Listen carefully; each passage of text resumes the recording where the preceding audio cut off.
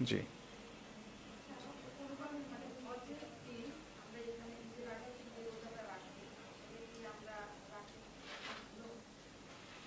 হজের দিন মানে হচ্ছে ৯ আরাফা, ৯ জিলহজ মানে আরাফার দিন। ৯ জিলহজটা হচ্ছে মক্কার ৯ জিলহজ আর কি, যেদিন হাজিরা আরাফার ময়দানে থাকে। আমাদের এখানে যদি লোকাল মুন সাইটিংয়ের ভিত্তিতে সেটা ৮ তারিখও হয়, তবুও আরাফার দিন হবে যেদিন হাজিরা আরাফার ময়দানে থাকে। সেদিন আমাদের জন্য সিয়াম পালন করা খুবই বড় ধরনের ইবাদা এবং খুবই ফজিলতের কাজ। কারণ রাসূল সাল্লাল্লাহু আলাইহি সাল্লাম বলেছেন, আরাফার দিনের সিয়াম ১ বছর আগের আর ১ বছর পরের পাপ ক্ষমা করে দেয়, মিটিয়ে দেয়। জি, আপনি মনে হয় প্রশ্ন করতে চাচ্ছিলেন।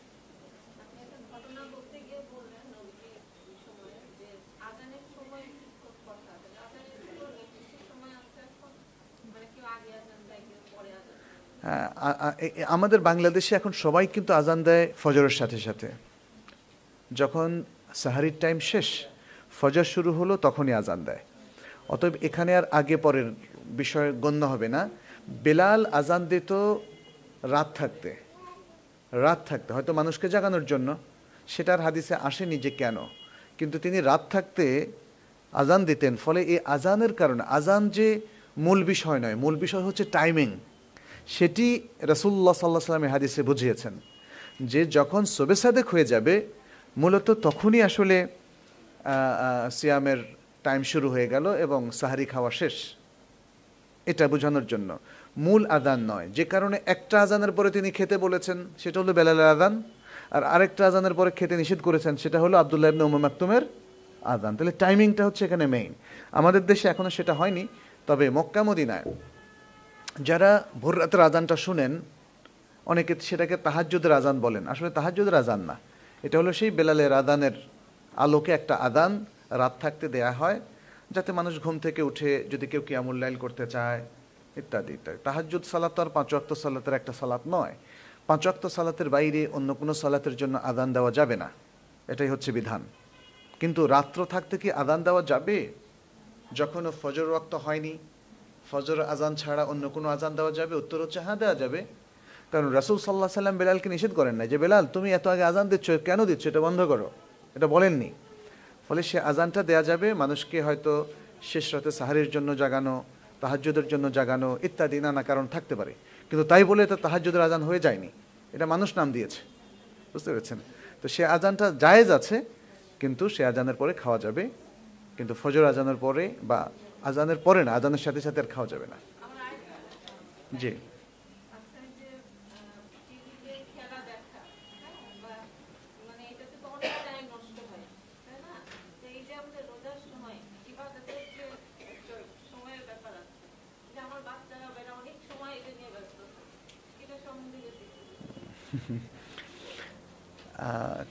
টিভিটাকে কন্ট্রোল করতেই হবে, আর কন্ট্রোল করতে না পারলে এটাকে বিদায় জানানোই ভালো। আমি আমেরিকা, কানাডায় অনেককে দেখেছি, তারা বাসা থেকে বিদায় করে দিয়েছে, মুসলিমরা। কারণ আমাদের তো একটা এটিকেটস আছে, আদব আছে, শিষ্টাচারিতা আছে, আকীদা আছে। টিভির অনুষ্ঠান যেগুলো আমার সাথে মানানসই হয় না, প্লাস আমার সন্তানদেরকে তাতে ইনভলভ করে ফেলে, তাহলে এই টিভিকে বিদায় জানানো ভালো। এটা কোনো কঠিন ডিসিশন না। আমার বাসাতে অনেকদিন টিভি নেই, কিন্তু তার মানে আমরা আপডেটেড না তা না। বরং এখন তো অ্যান্ড্রয়েড ফোনও একটা টিভি, তাই না? এখন সব টিভি কিন্তু এখানে পাওয়া যাচ্ছে, আপনি জাগোবিদি থেকে ঢোকেন, অথবা আরও ২-১টা এরকম প্রোগ্রাম হয়ে গেছে। তো এছাড়া ইন্টারনেটে আপনি আপডেটেড হতে পারছেন। টিভিকে আপনি কন্ট্রোল করতেই হবে, টিভিকে ওপেন রাখা যাবে না, ডিশটাকে বাচ্চাদের হাতে ছেড়ে দেওয়া যাবে না। বরং এখন আমার মনে হয় নানা ধরনের সিস্টেম এসেছে, তো কোনটা দেখতে পারবে কোনটা দেখতে পারবে না সেরকম সিস্টেম আছে। যেভাবে হোক আপনাকে ডিজিটালি হোক, অথবা পাসওয়ার্ড দিয়ে হোক, অথবা সময় দিয়ে হোক, আপনাকে কন্ট্রোল করতে হবে। আদারওয়াইজ কিন্তু আমাদের জেনারেশন একদমই ধ্বংস হয়ে যাবে। একদম ভালো ফ্যামিলির, আমার ফ্যামিলি, আমি মনে করি যে টিভি রাখলে ওদেরকে আমি আর কন্ট্রোল করতে পারবো না। যখন সে নাটক দেখবে, যখন সে ইন্ডিয়ান কোনো মানে অনুষ্ঠান দেখবে, অথবা তাদের যে গানের অনুষ্ঠান আছে, বিভিন্ন কম্পিটিশনগুলো দেখবে, তখন কিন্তু একটা মাইন্ড সেট হয়ে যাবে, গাশ হয়ে যাবে, তাদের অশ্লীল দৃশ্যগুলো সে নিয়ে নেবে। এবং তখন সে তার ইসলামিক বিলিফ প্লাস টিভি অনুষ্ঠান মিলে একটা মিক্সড কালচারে, এটাকে কি বলে যে আমরা যে ডালের সাথে ভাত পাকাই ওটাকে খিচুড়ি, এই খিচুড়ি মার্কা মুসলিম হয়ে যাবে, বুঝতে পেরেছেন? এবং তখন মুসলিম মানে তখন ম্যাক্সিমাম সময় মানুষের যে হক আর বাতিলের টানাটানিতে বাতিলটা যেতে মানুষের মধ্যে বাতিলটা একটু বেশি পাওয়ারফুল। সবসময় দেখবেন যে খারাপ আর ভালো দ্বন্দ্বের মধ্যে মানুষ অনেক সময় খারাপটার মধ্যেই কিন্তু ইনভলভ হয়ে যায়। তারপরে কিছু কারণও আছে, ভাবে যে আল্লাহর কাছে তওবা করে নেব, বাস মাফ হয়ে যাবে, এরকম কিছু ফর্মুলা কারণে তারা এরকম মনে করে, কিন্তু এটা করা যাবে না। আপনি এই রমজান মাসে শুনতে পাচ্ছি যে এবার বিশ্বকাপ নাকি শুরু হবে। বিশ্বকাপ, ক্রিকেট, এগুলো আমাদের অ্যাভয়েড করা উচিত। আচ্ছা, আমাকে একটু বলুন তো, যেগুলো কি আমাদের জন্য দেখাটা জরুরি? এই যে ক্রিকেট, আইপিএল, কি পিপিএল, তারপর আরেকটা বিপিএল না? হ্যাঁ, কিন্তু এগুলোর সাথে তো জুয়া, নারী, অশ্লীলতা ইত্যাদি আরো অনেক কিছু সম্পৃক্ত হয়েছে। নারীকে এমনভাবে সম্পৃক্ত করেছে তারা, নারী কমেন্টেটর, রিপোর্টার, সব কিছু দিয়ে, প্লাস আরো এমন কিছু সম্পৃক্ত করেছে যেটা আসলে বলতে পারবো না আমি, বুঝতে পেরেছেন? ফলে এটা দেখা জঘন্য পাপ। শুধু ক্রিকেট তো আর ক্রিকেট থাকেনি, ফুটবল আর ফুটবল থাকেনি, খেয়াল করে দেখুন। এটাকে please, we should consider it as a great sin. Watching football, World Cup or cricket, এগুলোকে আমাদের একটা গ্রেট সিন হিসাবে কনসিডার করা উচিত। এটা মানুষ হয়তো বলবে যে ওনারা আসলে বেশি গোঁড়া হয়ে গেছেন, এখন ঠিক মতো নামাজ পড়লেও গোঁড়া মুসলিম, কি আর বলবো, এই যে দাড়ি টুপি আর জব্বা পড়লেও গোঁড়া মুসলিম। তো এই অপবাদ যেহেতু পেয়েই গেছি আমরা, আমাদের তো আর এটাকে, মানুষ যদি বলে এটাকে আর তো নিষেধ করতে পারবো না। আমি যখন প্রথম মদিনা থেকে ফিরি পিএইচডি করে, তখন দেখতাম যে সবাই খালি হুজুর বলতো। আমি আবার হুজুর কথাটা খুব বেশি পছন্দ করি না আসলে। হুজুর কথাটার মধ্যে এমনিও ভুল আছে, হুজুর মানে উপস্থিত হওয়া, আর আরবরা হুজুর কাউকে বলে না, হজরত বলে। এবং যে জীবিত সামনে জীবন্ত মানুষ তাকে বলে হাদরাতা কেইফ, তাই না? এখানে আজহারি কেউ আছেন নাকি? হাদরাতা কেইফ মানে হজরত আপনি কেমন আছেন, এতটুকু বলে, কিন্তু হুজুর বলে না। আর আমাদের দেশে রাসূল সাল্লাল্লাহু আলাইহি ওয়াসাল্লামকে হুজুর বলা হয় কারণ তাদের ধারণা মিলাদ পড়লে তিনি ছুটে আসেন এবং বসেন, অতএব কোথাও কোথাও তার জন্য একটা চেয়ারও দেওয়া হয়। তো এই সমস্ত কারণে এটা আকীদা গিয়ে হিট করতেছে। রাসূল সাল্লাল্লাহু আলাইহি ওয়াসাল্লাম কি মিলাদ পড়লে ছুটে আসেন নাকি? এটা একটা ভুল আকীদা কিন্তু সেখান থেকে, কারণ তিনি হাজির হন, হাজির হওয়া থেকে হুজুর। এইভাবে এই ভুল ধারণাগুলো আমাদের আসলে আকীদার উপর আঘাত করছে। এবং সেখান থেকে যেহেতু রাসূল সাল্লাল্লাহু আলাইহি ওয়াসাল্লাম সম্মানিত ব্যক্তি, তাকে হুজুর বলা হয়, অতএব তার যারা ওয়ারিস ওলামা তাদেরকেও হুজুর বলা হয়। উদ্দেশ্য খারাপ না, বাট ইট ইজ এ মানে বলবো যে একটা কলোকুয়াল ল্যাঙ্গুয়েজ অথবা একটা ভুল শব্দ যেটা আমাদের অ্যাভয়েড করা উচিত। কিন্তু যখন দেখলাম যে বাসে উঠলে বলতো হুজুর, প্রথম আমার কাছে খারাপ লাগতো, ভাবতাম যে কি করা যায়, এটাকে কিভাবে এটাকে রিমুভ করা যায়। পরে দেখলাম যে এটা বলে তো আর হবে না, গা সওয়া হয়ে গেছে, এখন আর কোনো সমস্যা লাগে না। এই আয়াতুল কুরসি দিয়ে কি নামাজ পড়া যাবে? হ্যাঁ, আয়াতুল কুরসি একটা বড় আয়াত, এটা দিয়ে সালাত পড়তে কোনো অসুবিধা নেই। সারা পৃথিবীতে একসাথে ঈদ করা কি বৈধ? হ্যাঁ, যদি সম্ভব হয় বৈধ, কিন্তু জরুরি নয়। এখানে একটু পার্থক্য। এখন আমরা প্রান্তিক সীমানা চলে গেছি। আমাদের অনেকেই মনে করে সারা পৃথিবীতে একসাথে ঈদ করা ফরজ, নইলে পুরা গোটা উম্মাহ গুনাহগার হচ্ছে। এটা একটা ভুল মত, কিন্তু বৈধ। সারা পৃথিবীর সকল মুসলিমরা যদি একমত হয়, সকল রাষ্ট্রগুলো একমত হয়, অথবা মুসলিম রাষ্ট্রগুলো একটা খেলাফতের আন্ডারে এসে একমত হয়, এটা বৈধ। এখানে দুটো মত, এক সারা বিশ্বে একসাথে করা, অথবা রিজিওনাল মুনসাইটিংয়ের ভিত্তিতে করা। এখন কোনো রাষ্ট্র যদি, যেমন বাংলাদেশ, রিজিওনাল মুনসাইটিংয়ের ভিত্তিতে রাষ্ট্রীয়ভাবে মুসলিম রাষ্ট্র তার ওলামাদের সমন্বয়ে সিদ্ধান্ত দেয়, তাহলে সেটি আমরা মেনে নেব, অসুবিধা নেই। অসুবিধা কি? কারণ রাসূল সাল্লাল্লাহু আলাইহি ওয়াসাল্লাম বলছেন সোমু লিরুয়াতিহি ওয়া আফতিরু লিরুয়াতিহি, চাঁদ দেখে রোজা রাখো, চাঁদ দেখে রোজা ভাঙো। এখন এটা হতে পারে ইন্টারন্যাশনাল মুনসাইটিংয়ের ভিত্তিতে, যদি সেটা সম্ভব হয়, সবাই একমত হয়, হতে পারে যদি সেটা সম্ভব না হয় তাহলে রিজিওনাল মুনসাইটিংয়ের ভিত্তিতে। এটা নিয়ে এত প্রান্তিক সীমানায় যাওয়া, পানি ঘোলা করা কিংবা লাগালাগি করা এটা উচিত না। এখন দুটো প্রান্তিক সীমানা হয়ে গেছে। এক দল বলে যে কিয়ামত পর্যন্ত আমরা রিজিওনাল ভিত্তিতেই ঈদ করব এবং রোজা রাখবো, আর কখনোই একসাথে করব না। আবার আরেক দল বলে যে না, ইন্টারন্যাশনাল মুন সাইটিংয়ের ভিত্তিতে সারা বিশ্বের মানুষ একসাথে রোজা শুরু করা, একসাথে ঈদ করা এটা ফরজ, যদি না করে তাহলে তারা গুনাহগার হচ্ছে। এই দুই প্রান্তিক সীমানা। কিন্তু কথা হচ্ছে যে এটা ইজতিহাদি দুটো অভিমত। রাসূল সাল্লাল্লাহু আলাইহি সাল্লামের হাদিসকে দুভাবে ব্যাখ্যা করা যায়, ফরজ না। তার মানে হচ্ছে যখন খেলাফত বলবে যে তোমরা তোমাদের মতো ঈদ করো, যদি খেলাফত আসে বলে দেয় সেটা করতে হবে। আর যখন খেলাফত বলে দেয় যে না আমরা সারা বিশ্বের মুসলিমরা একদিনে করব, তখন সেটাই করতে হবে। বুঝতে পেরেছেন? তাহলে এখানে অথরিটি মুফতি সাহেব নন, এখানে অথরিটি হচ্ছে মুসলিম সরকার, এবং তিনি অবশ্য উলামাদের সমন্বয়ে সেই সিদ্ধান্তটা দিতে হবে, যেমন চাঁদ দেখা কমিটির মধ্যে উলামাদের থাকতে হবে ইত্যাদি। তো যাই হোক, আমরা সংক্ষেপে এতটুকুই বলবো যে বিষয়গুলো নিয়ে আসলে বেশি বাড়াবাড়ি করা আমাদের জন্য উচিত নয়। এটা যেহেতু ইজতিহাদি অভিমত, যেমন আমি বলি জাস্ট একটা উদাহরণ। বাংলাদেশে আমাদের দেশের মুসলিমরা চাঁদ দেখা কমিটি এবং সরকার সকলে মিলে লোকাল মুন সাইটিংয়ের ভিত্তিতে সিদ্ধান্ত দিচ্ছে, তাই না? আমরা যদি সেটা মানি, শরিয়া কিন্তু নষ্ট হচ্ছে না। আবার যেদিন এখানকার ডিসিশন পাল্টে যাবে, যে উলামায়ে কেরাম তাদের পরামর্শ নিয়ে সরকার ঘোষণা করবে যে প্রথম চাঁদ দেখা গেল কোথায়, যেমন মক্কায়, তাহলে তাদের সাথে আমরা করব, তাহলেও কোনো প্রবলেম নেই। আচ্ছা, এখন বাংলাদেশে যদি আমি ঈদের দিন থাকি, তাহলে সেদিনই করব যেদিন ঈদের দিন হিসাবে ঘোষণা করা হচ্ছে। আবার যখন ইন্দোনেশিয়াতে মালয়েশিয়াতে যাব, তারা কিন্তু সৌদি আরবের সাথে করছে, যেহেতু সৌদি আরবে তাদের দৃষ্টিতে প্রথম দিন চাঁদ দেখা যায়। তাহলে সেখানে গেলে কিন্তু আমরা সেখানকার সরকার ঘোষিত দিনেই ঈদ করব অথবা সিয়াম শুরু করব। মানে আমাদের ইসলামী শরিয়া আসলে এভাবেই আমাদেরকে গাইড করে।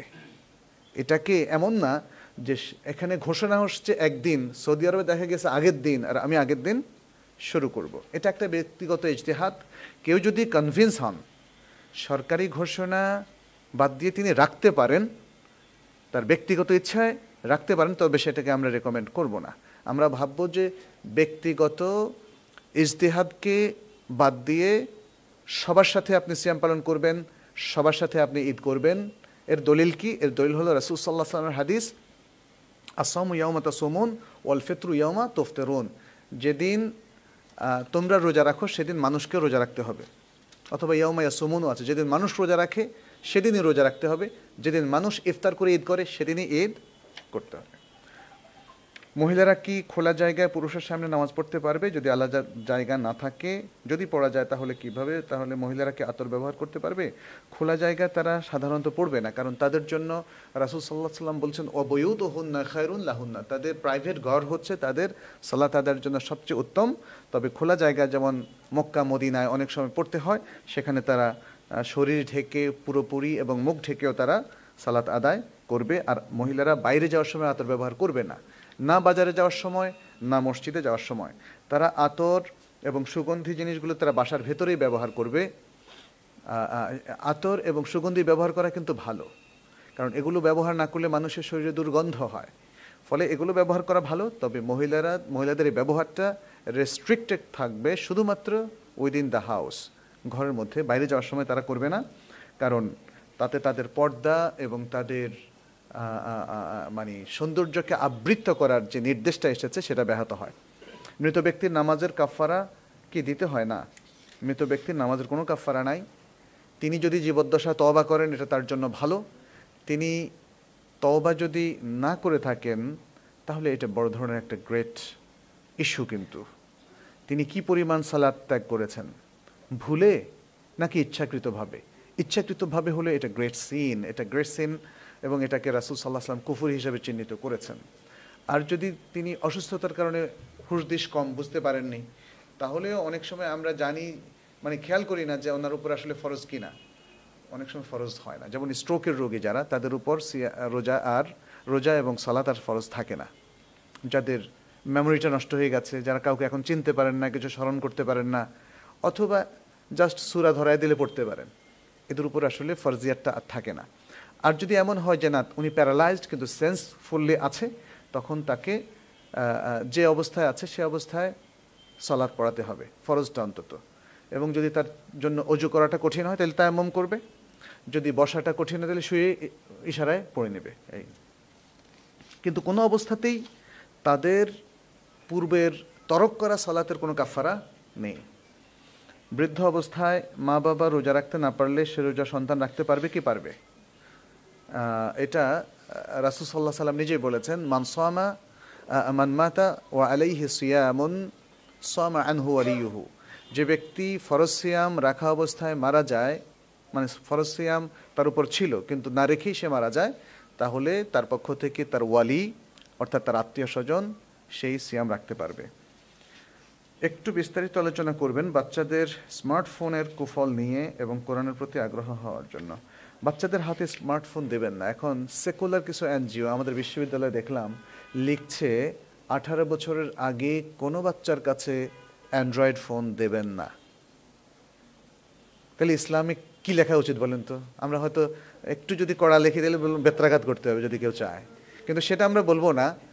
বাট আপনাদের দৃষ্টি আকর্ষণ করব, যারা সলভেন্ট আছেন বিশেষ করে তারা দেওয়ার জন্য খুবই উদ্গ্রীব। বাচ্চাদের হাতে দিলে একটু ভালো এরকম ভাবেন আর কি, কিন্তু ডিজাস্টার। মদিনায় আমি দেখেছি শুধু অ্যান্ড্রয়েড ফোন না, বাচ্চাদের হাতে ইভেন কম্পিউটার একা একে ছাড়বেন না। আপনার বাসার কম্পিউটার রাখবেন আপনার ওপেন প্লেসে, আপনার ডাইনিং স্পেসে অথবা ড্রয়িং স্পেসে। বাচ্চার জন্য যদি আলাদা রুম রাখেন সেখানে তাকে কম্পিউটারও দেবেন না প্লিজ, তা না হলে কিন্তু ডিজাস্টার হয়ে যাবে। কম্পিউটার, অ্যান্ড্রয়েড ফোন এগুলো সেম জিনিস। এখন টিভি, ইন্টারনেট, মানে মানে সব কিছু ধ্বংস সেখানের মধ্যে আছে। তার প্রতি আগ্রহী হয়, আমাদের বাচ্চারা কোরআনের প্রতি আগ্রহী হবে, এটাই তো স্বাভাবিক। আপনাকে প্ল্যান করে করে করতে হবে। আমি একটা ছোট বাচ্চার কথা জানি, ও আমেরিকার একটা স্কুলে পড়তো। তো ওর বাসা থেকে তার বাবা শিখিয়ে দিয়েছে যে বাবা ডোন্ট লিসেন টু মিউজিক। ওই যে ম্যামকে বলতো যে ma'am I don't like to listen to music. ছোট বাচ্চা, 4 বছর মাত্র। যেভাবে তাকে তার বাবা গড়ে তুলেছে সেভাবে সে হয়েছে। তো দেখেন ইংলিশরা কিন্তু যাই হোক মানে তারা এতজন ছেলের মধ্যে একজন বলেছে সে শুনতে চায় না, সেটাকে রেসপেক্ট করে, বন্ধ করে দিয়েছে।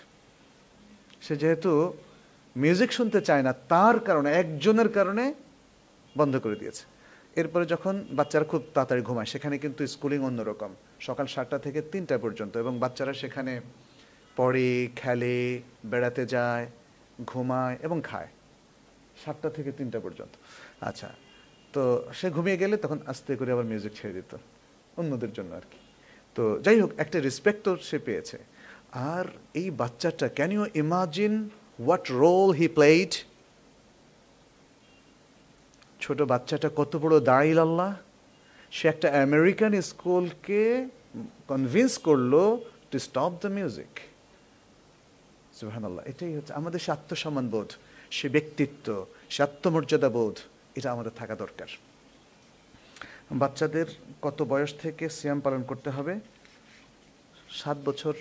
সুন্দর হবে বলবো না, কিছু কিছু সিয়াম তারা স্টার্ট করতে পারে।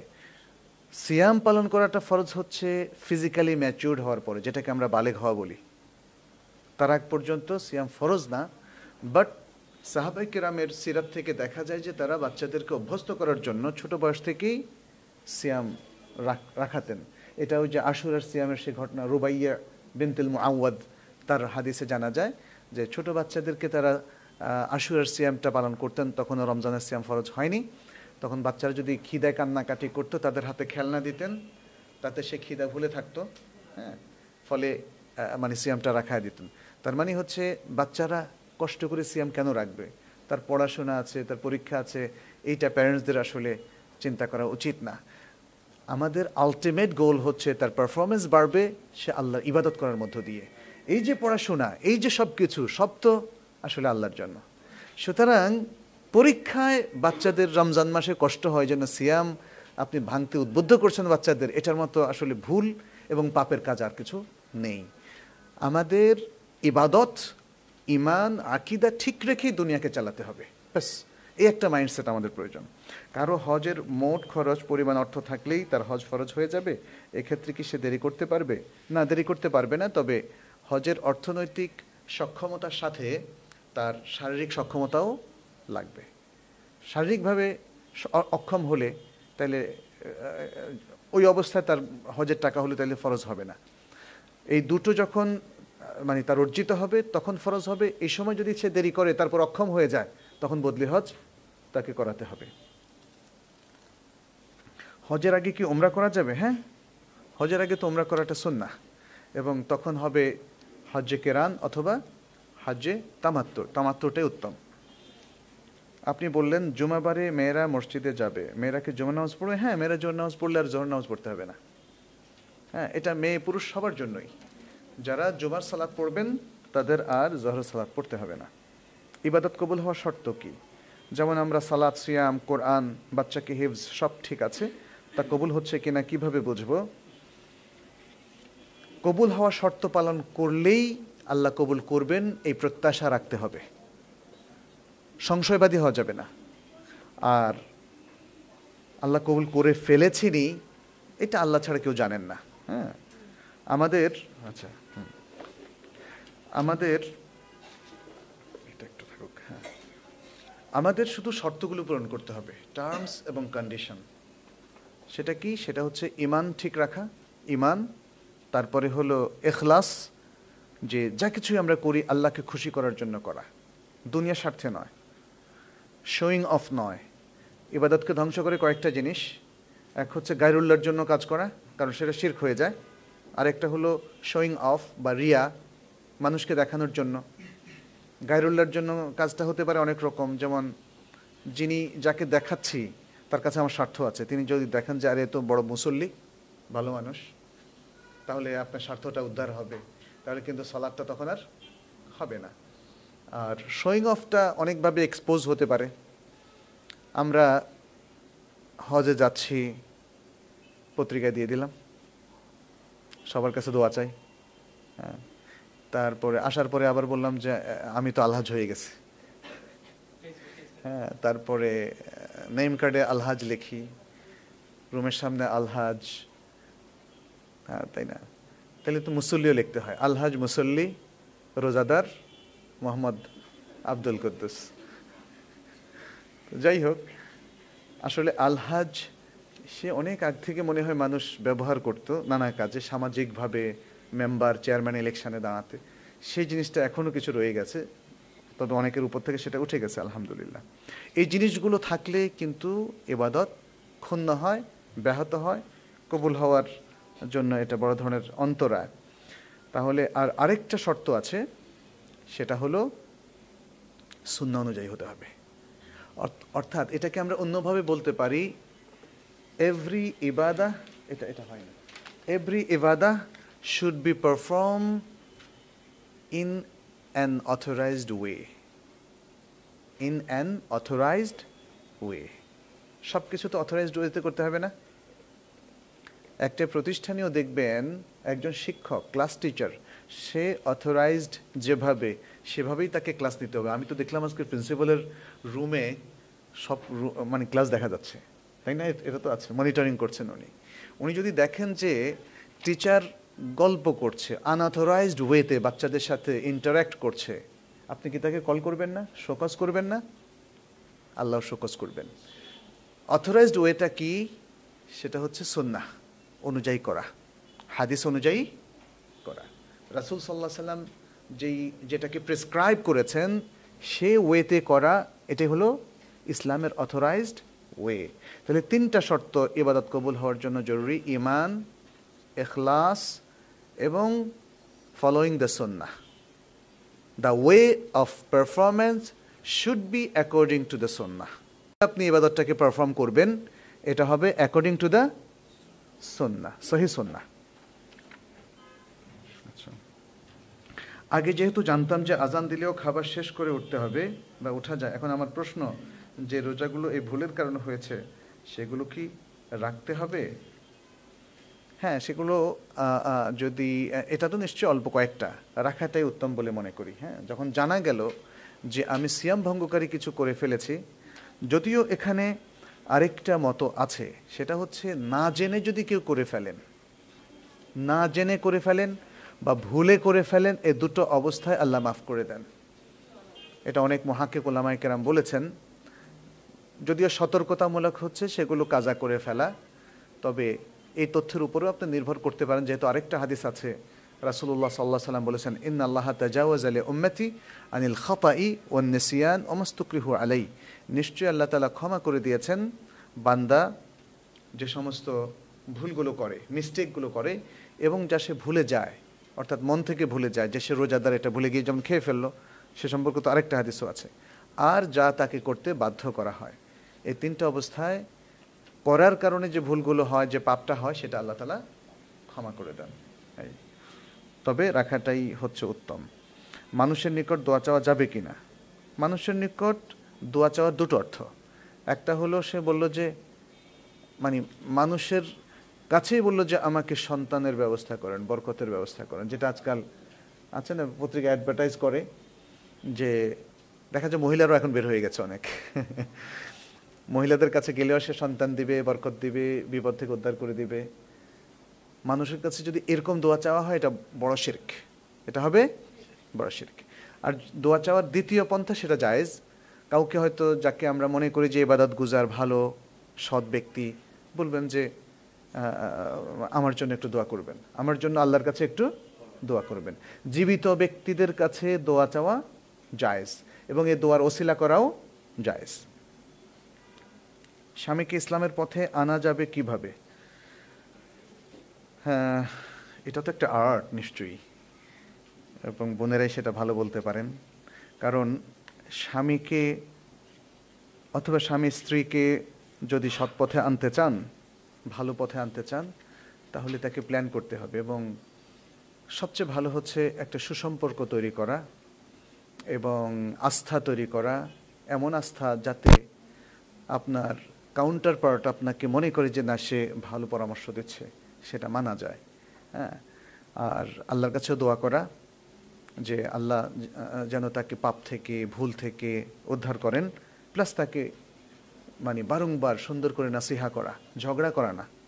আমরা অনেক সময় দাম্পত্য জীবনে ঝগড়াটাকে মনে করি পরিবর্তনের একমাত্র হাতিয়ার, এটা নয়, নানাভাবে। আর আরেকটা জিনিস, সব দায়িত্ব তো স্ত্রী পালন করতে পারবে না, স্বামীকে পুরো সংশোধনের দায়িত্ব স্ত্রী পালন করতে পারবে না। সেক্ষেত্রে বুদ্ধিমতী স্ত্রী তিনি নিশ্চয়ই কোনো স্কলার সাথে তাকে কাউন্সেলিংয়ের ব্যবস্থা করবেন, অথবা আপনার আত্মীয় স্বজনের মধ্যে প্রভাবশালী, যাকে স্বামী এস্টিমেট করে, সম্মান দেয়, তার সাথে কাউন্সেলিংয়ের ব্যবস্থা, নাসিহার ব্যবস্থা করা উচিত। তার মানে হচ্ছে বিভিন্ন জায়গা থেকে যদি তাকে অ্যাড্রেস করা হয়, আশা করা যায় যে পরিবর্তন হবে। কারণ অনেক সময় একটা কথাতেই একজন ব্যক্তির জীবন পরিবর্তন হয়ে যায়। এটা এই সময় আমার দেখা শত শত লোকের মধ্যে আমি দেখেছি যে যেমন ব্যাংকের বড় এক্সিকিউটিভ, সুদী ব্যাংক থেকে, তিনি একদম ছোট্ট একটা দোকান দিয়ে শুরু করেছেন। এই কদিন আগে উত্তরায় দেখলাম বড় একজন এক্সিকিউটিভ এখন উদ্যোক্তা হয়েছেন, মানে ওই যে কি বলে যে ন্যাচারাল ফুডগুলো তিনি মানুষকে খাওয়ানোর প্ল্যান নিয়েছেন আর কি, এর থেকে যদি ইনকাম হয়। তো এটা সম্ভব, মানে একজন ব্যক্তির জীবনে হঠাৎ এই চেঞ্জ, দেশে বিদেশে মানে ফ্রিকুয়েন্টলি এটা দেখা যায়। তা আপনার স্বামী অথবা আপনার কোনো আত্মীয় পরিবর্তন হবেন না, সেটা কেন আমরা ভাববো? ইনশাল্লাহ হবেন। আমাদের যে সকল আত্মীয় স্বজন ইউরোপ আমেরিকা থাকেন, সেখানে 18-19 ঘন্টা সিয়াম পালন করে অসুস্থ হয়ে যায়, সেক্ষেত্রে তারা কি করবে? তারা যদি সত্যি অসুস্থ হয়ে যায়, তাহলে সেটা ভঙ্গ করে পরবর্তীতে শীতকালে রাখবে, কোনো অসুবিধা নাই। কিন্তু আসলে কি অসুস্থ হয়? ইউরোপ আমেরিকা তো ওদের গরমকাল আমাদের শীতকালের মতো। সেখানে আমাদের বন্ধুরা যারা আছে, দেখলাম যে 22 ঘন্টাতে বললে যে এমন কোনো কষ্ট হয় না। এটা হচ্ছে মাইন্ড সেটিং। যারা ভাবে, যেমন আমাদের বাংলাদেশে শীতকালেও দেখবেন সিয়াম, হোটেল তো খোলাই থাকে, লোকজন তো কিছু না কিছু খায়, এখনও খায়। আর আমি তো সিয়াম পালন করছি, এবছর তো আল্লাহ কি রহমত, সুবহানাল্লাহ, এই 9 দিন প্রায় পুরোটাই মেঘলা, মানে মনেই হচ্ছে না যে গরমের কোনো আসর আছে। আর যদি থাকতো আমরা কি রাখতাম না? রাখতাম। একটু হয়তো কষ্ট হতো, বাট এই কষ্ট সেই কষ্ট নয় যেটা অন্যরা মনে করে ভেঙে ফেলে। এটা হচ্ছে অনলি মাইন্ড সেটিং। বাংলাদেশে আসরের আজান দেয় অনেক পরে, কিন্তু আসর কখন থেকে পড়বো, জোহর ওয়াক্ত কতক্ষণ থাকে? উম্মুল কোরআর যে টাইমিংটা, যেমন আল মুয়াজ্জিন একটা অ্যাপস আছে, এর মধ্যে উম্মুল কোরআর টাইমিংটা আপনি পাবেন। আমাদের অ্যান্ড্রয়েড অ্যাপশন অথবা আপনার আইফোনেও আছে আল মুয়াজ্জিন। তো উম্মুল কোরআর টাইমিংটা হচ্ছে বেস্ট। এবং আসরের এখানে দেখা যাচ্ছে যে টাইমিংটা সেটা হলো 3টা কত মিনিটে, হয়তো 26 অথবা 36 এরকম হবে, আমার এই মুহূর্তে মনে নেই। এটা হলো যখন কোনো বস্তুর ছায়া তার ছায়া আসলে চাইতে 1 গুণ বাড়ে। জমহুর উলামায়ে কেরাম এই মতটা পোষণ করেছেন, এবং ইমাম মুহাম্মদ, ইমাম আবু ইউসুফ হানাফি মাযহাব থেকে এই মতটা পোষণ করেছেন। আর ইমাম আবু হানিফা রাহিমাহুল্লাহ বলেছেন 2 গুণ। তা আমাদের দেশে ইমাম আবু হানিফা রাহিমাহুল্লাহর মতটাকেই প্রাধান্য দেওয়া হয়, দিয়ে 2 গুণ পর্যন্ত বলা হয়। যদিও হানাফি মাযহাবের মুহাক্কিক উলামায়ে কেরাম 1 গুণটাকেই কিন্তু প্রাধান্য দিয়েছেন, যেটা ইমাম শাফিঈ, ইমাম আহমদ ইবনে হাম্বল এবং আরও অনেকের অভিমত। তো মানে তাহকিকি মত হচ্ছে 1 গুণ হওয়ার পরেই আসলে আসর রক্ত হয়ে যায়। অতএব আপনারা এটা ফলো করতে পারেন। আর যারা মসজিদে পড়বেন পুরুষ, তারা এখানে দ্বিগুণ হওয়ার ভিত্তিতে যে মাসআলাটা, সাধারণ মসজিদগুলোতে সেভাবেই সালাতুল আসর পড়ার জন্য টাইমিংটা করা হয়। তো যারা জামাতে পড়বেন তারা মসজিদে পড়াটাকে আমরা প্রিফার করি, যদিও তার আউয়াল ওয়াক্তটা এখানে মিস হচ্ছে। কারণ আউয়াল ওয়াক্তটা হলো পুরুষদের জন্য উত্তম ওয়াক্ত, পুরুষ মহিলা সবার জন্য, আসরে, ফজরে, মাগরিবে ইত্যাদি টাইমগুলোতে। আর জোহরে একটু দেরি করে পড়াটা উত্তম গরমের দিনে, আর শীতে তাড়াতাড়ি। আর এশায় সবসময় একটু 1.5-2 ঘন্টা দেরি করে পড়াটা রাসূল সাল্লাল্লাহু আলাইহি ওয়াসাল্লামের সুন্নাহ। তাহলে সেক্ষেত্রে জামাতের সাথে পড়াটা কিন্তু পুরুষদের জন্য ওয়াজিব, ফলে সেই ওয়াজিবটাই তারা মেনটেন করবেন। আর 2 গুণ হয়ে গেলে মাকরুহ ওয়াক্ত শুরু হয়ে যায়, এটা শুদ্ধ না। মাকরুহ ওয়াক্ত শুরু হয় আরও অনেক পরে। আমাদের দেশে এখন সবাই আমরা একটু কঠিন কঠিন কথা বলা পছন্দ করি, ফতোয়াটাও কঠিন করে ফেলছি। আসলে ব্যাপারটা তা নয়। স্বামী যদি সালাত ও হজে আগ্রহী না হয় তবে কি করা উচিত? হজ তো জীবনে একবার ফরজ, এবছর আগ্রহী না হলে আগামী বছর। বাট সালাতটা is a very serious concern of a Muslim. এখানে কোনো ক্ষমা নাই, এখানে কোনো ছাড় দেওয়ার কোনো সুযোগ নাই। আর আমি যদি আজকে আপনাদের কাছে বলে যাই হ্যাঁ একটু ছাড় দেওয়া আছে, তো আমি তো ছাড় দেওয়ার অথরিটি না। এটা আল্লাহ রাসূল নির্ধারণ করে গিয়েছেন।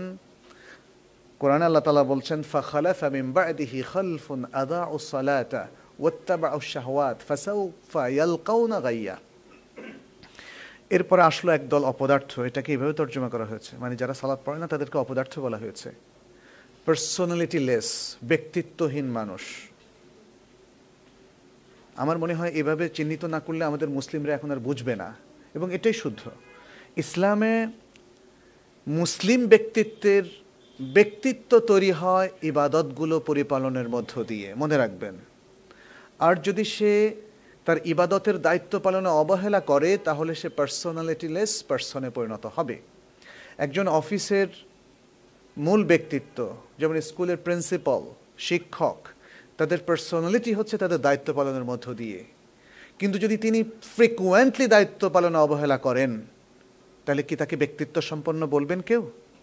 কেউ বলবেন না। ঠিক মুসলিমরা তাদের ইবাদতের দায়িত্ব পালনে যদি মনোযোগী না হয় এবং রেগুলার না হয় তাহলে সে দায়িত্বে ফাঁকিবাজ ব্যক্তি। দায়িত্ব যারা ফাঁকি দেয় তারা ব্যক্তিত্বহীন মানুষ। সেভাবে আমাদেরকে কনসিডার করতে হবে। কোন প্রশ্নের উত্তর বলছিলাম? যে সালাত, তাহলে স্বামীকে ব্যক্তিত্বশালী করতে হবে যে তিনি যেন সালাত পড়েন, এবং তাকে বোঝাতে হবে যে মুসলিম ব্যক্তিত্ব সালাত পড়া ছাড়া তৈরি হয় না। মুসলিম ব্যক্তিত্ব অমুসলিমে পরিণত হয় যদি তিনি কন্টিনিউয়াসলি ইচ্ছা করে সালাত তরক করেন। এটা ইমাম আহমদ ইবনে হাম্বলের ফাতাওয়া, এবং বর্তমান যুগের একজন বিখ্যাত আলেম, তিনি মারা গিয়েছেন, সালেহ বিন উসাইমিন, সৌদি আরবে, যাকে এই যুগের ইবনে তাইমিয়া বলা হয়, তারও ফাতাওয়া। অতএব ফ্রিকুয়েন্টলি একজন ব্যক্তি সালাত তরক করে যাবেন, এটা আসলে মেনে নেওয়া যাবে না এবং তাকে যে কোনোভাবে হোক কনভিন্স করতে হবে।